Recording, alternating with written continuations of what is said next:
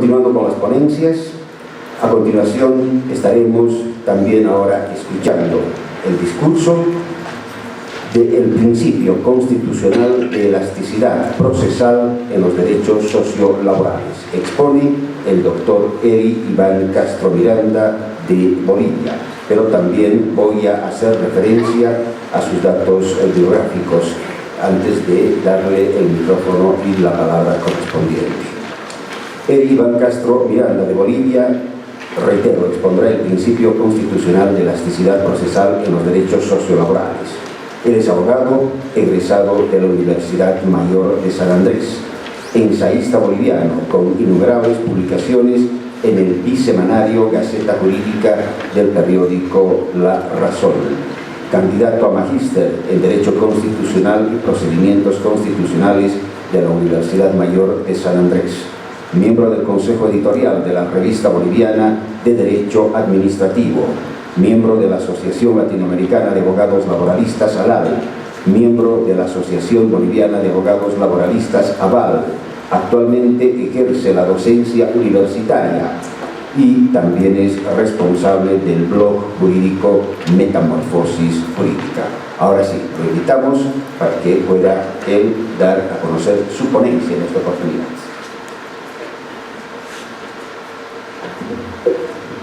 Muchísimas gracias. Distinguidos invitados de diferentes países, abogados laboralistas, estimados trabajadores, estimados estudiantes y público en general, tengan ustedes muy buenas noches. En primer lugar, agradecer al presidente de la Asociación Boliviana de Abogados Laboralistas, doctor Hernán Clavel, por permitir mi participación en este histórico evento. A continuación voy a desarrollar el principio constitucional de elasticidad procesal en los derechos sociolaborales. Antes de entrar en la temática, debemos contextualizar la Constitución Política del Estado Boliviano, aprobada el 7 de febrero del 2009. Existen ejes de la matriz universal de contenidos en la Constitución. Podemos ver en la Constitución el modelo de Estado, el sistema de gobierno, la declaración de los derechos, deberes y garantías, la estructura funcional del Estado, la estructura territorial del Estado, el modelo de desarrollo económico-social y el procedimiento de reforma constitucional. Para la presente ponencia vamos a tomar en cuenta simplemente la declaración de derechos y deberes y garantías, más y si se trata de la defensa de los derechos de los trabajadores. La Constitución Política del Estado, en su artículo 48, nos menciona y nos garantiza el cumplimiento obligatorio de todas las disposiciones sociales y laborales. Asimismo, se garantiza la irrenunciabilidad de los derechos y beneficios reconocidos en favor de los trabajadores. Asimismo, la nulidad de las convenciones contrarias o que tiendan a burlar sus efectos. En ese marco, podemos considerar que desde el punto de vista del derecho constitucional, del nuevo constitucionalismo boliviano emergente, así como del constitucionalismo latinoamericano, nuestra Constitución es eminentemente garantista de los derechos fundamentales. Esa es la nueva característica del constitucionalismo boliviano. Sin embargo, debemos preguntarnos ¿qué pasa cuando los empleadores vulneran los derechos de los trabajadores?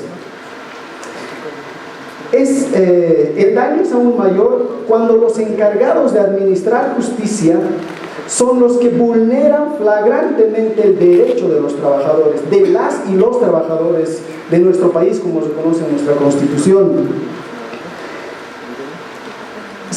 Los jueces, lamentablemente, en nuestro país, Bolivia, no hacen prevalecer los derechos de los trabajadores. Existen postulados normativos en la Constitución, ¿verdad?, que de alguna manera los jueces son los que vulneran estos derechos fundamentales. Por eso me voy a permitir hablar acerca de la administración de justicia en Bolivia antes de analizar la temática del principio de elasticidad procesal. Para nadie es desconocido que existe una crisis en la administración de justicia, que muchos administradores de justicia se niegan a reconocer, ¿verdad? Existe una crisis de carácter estructural. Se atribuye esta crisis a diferentes factores. Entre ellos podemos mencionar al incremento de litigiosidad, la corrupción, la retardación de justicia, la falta de preparación académica y la existencia de una élite judicial que se resiste al cambio. Sin embargo, por lo limitado del tiempo voy a analizar estos dos factores. La falencia de los operadores de justicia constituye innegablemente en la falta de preparación académica. Lamentablemente, la teoría general del derecho y del proceso no ha llegado a nuestros despachos judiciales. Asimismo, la nueva concepción de la Constitución referente a la directa justiciabilidad de los derechos no llega a la práctica judicial, lamentablemente. Existe una decadencia del pensamiento conceptual por parte de las autoridades judiciales, en su mayoría, no todos, pero en su mayoría. Existe una intermitencia en la utilización de la jurisprudencia. Asimismo, existe un total abandono de la investigación por parte de estas autoridades. Asimismo, existe una dispersión del conocimiento. Existe también una marginación de toda actividad científica en el campo del derecho. Sin embargo, no se puede atribuir simplemente la crisis estructural de la administración de justicia a estos factores. También los conocimientos que tengan los jueces deben complementarse con habilidades y cualidades. Pero ¿cuáles son esas habilidades? La ecuanimidad, la empatía, las virtudes humanas, el compromiso social y el elemento personal que juega un rol protagónico al momento de decidir las causas, y más cuando se trata de derechos sociolaborales, porque protegen los derechos de las y los trabajadores de nuestro país. Otro elemento fundamental que considero estructural para la crisis de la administración de justicia es la existencia de élites judiciales en el órgano judicial. Nadie se anima a plantear sobre esta existencia de élites. Estas élites quieren el control del órgano judicial. Por su naturaleza son conservadoras. En consecuencia, impiden esa transformación estructural que debe existir en el órgano judicial. Se resisten al cambio, impiden que nuevos abogados jóvenes, egresados de las facultades de Derecho, accedan a cargos en el órgano judicial. Esta élite judicial, que lo he defendido en varios ensayos, varios eventos académicos, lamentablemente nombran a sus jueces, secretarios y demás servidores judiciales en base al parentesco y al padrinazgo. Eso se debe acabar en Bolivia. Por eso considero necesario y fundamental que los trabajadores somos los llamados por la historia a revolucionar la justicia. Ahora bien, bajo esa contextualización vamos a ingresar a analizar el principio constitucionalidad de elasticidad procesal en los derechos sociolaborales. A decir de José Antonio Rivera, un constitucionalista boliviano, nos indica que el hecho más importante y el avance trascendental de la segunda mitad del siglo XX en materia de derechos fundamentales es el proceso de judicialización. ¿Pero qué implica el proceso de judicialización? Es decir, se adoptan mecanismos, sistemas expeditos para la protección judicial de los derechos fundamentales. ¿Eso qué significa? Implica necesariamente un activismo judicial. Las autoridades judiciales, en todos sus niveles, deben ser los primeros encargados de velar por la garantía de los derechos de los y las trabajadoras de nuestro país. Sin embargo, como lo mencioné anteriormente, son los primeros en vulnerar estos derechos, estos postulados. Los trabajadores, en defensa de sus derechos, cuando el empleador vulnera sus derechos laborales, acuden a instancias judiciales, al órgano judicial. Sin embargo, ¿qué pasa cuando el juez no tutela de manera efectiva sus derechos? Lamentablemente, los trabajadores se quedan huérfanos. Sin embargo, existe en nuestro país y en muchos países latinoamericanos una institución denominada el Tribunal Constitucional Plurinacional. El tribunal es una institución que vela por la supremacía de la Constitución, precautelando el respeto y la vigencia de los derechos y las garantías constitucionales. Mediante la jurisprudencia que emite el Tribunal Constitucional, debe aplicar y desarrollar el principio de elasticidad procesal. Lamentablemente en nuestro país este principio no se encuentra reconocido en los postulados normativos. Como referiré más adelante, simplemente en una sentencia constitucional se habla del principio de elasticidad.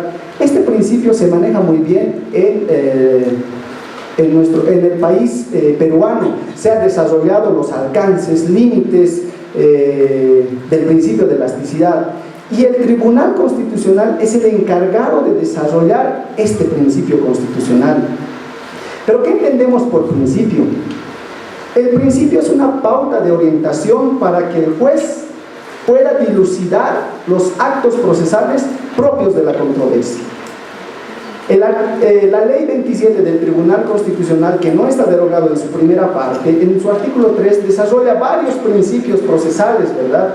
Sin embargo, el principio de elasticidad no es reconocido en la ley del Tribunal Constitucional.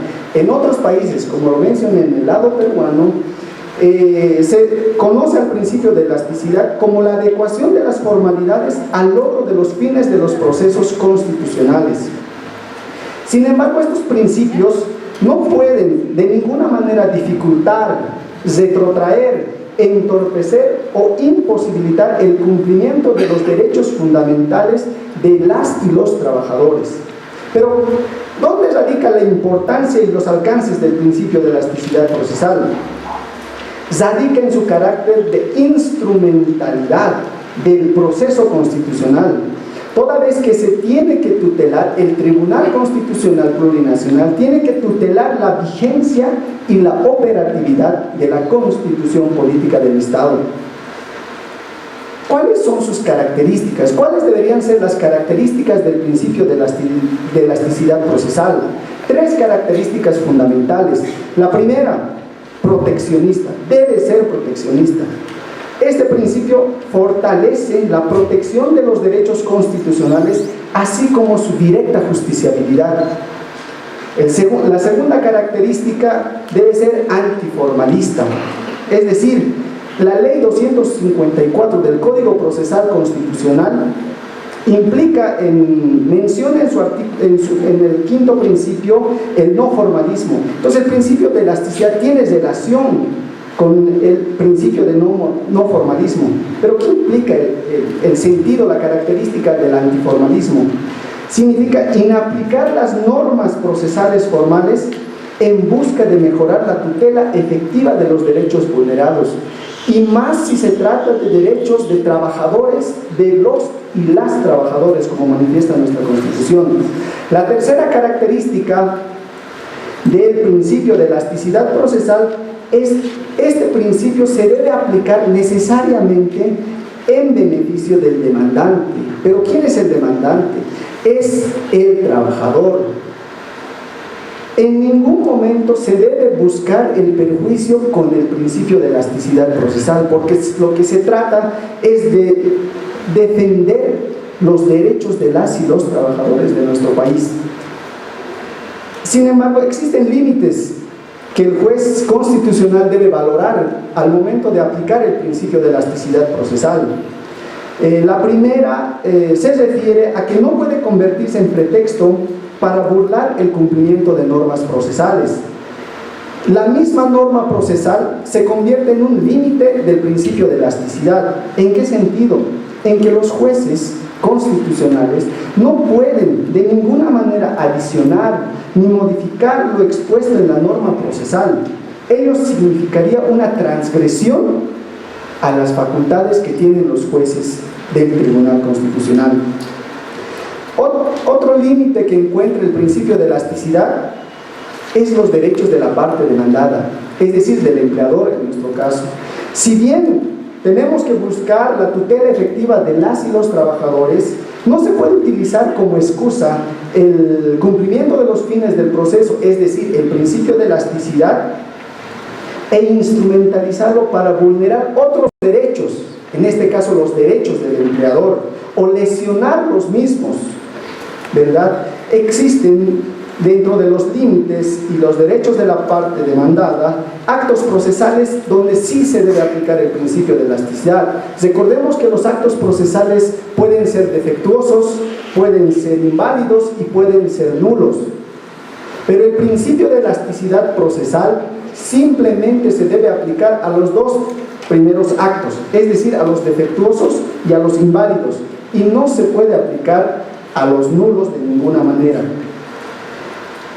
Al principio de mi intervención les mencioné que en nuestra jurisprudencia constitucional solo se utiliza en la sentencia constitucional plurinacional número 410/2013 de 27 de marzo al principio de elasticidad procesal.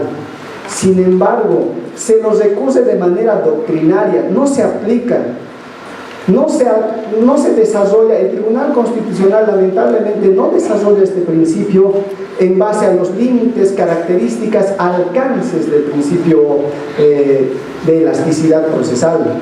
Por ello, es necesario concluir de que el principio de elasticidad procesal debe necesariamente ser desarrollado por el Tribunal Constitucional, para que de alguna manera los jueces ordinarios, en virtud a la jurisprudencia que emite el Tribunal Constitucional, que es de carácter obligatorio y cumplimiento obligatorio, puedan proteger los derechos de las y los trabajadores. No se puede vulnerar estos derechos. Con esto acabo mi participación. Muchas gracias por su atención.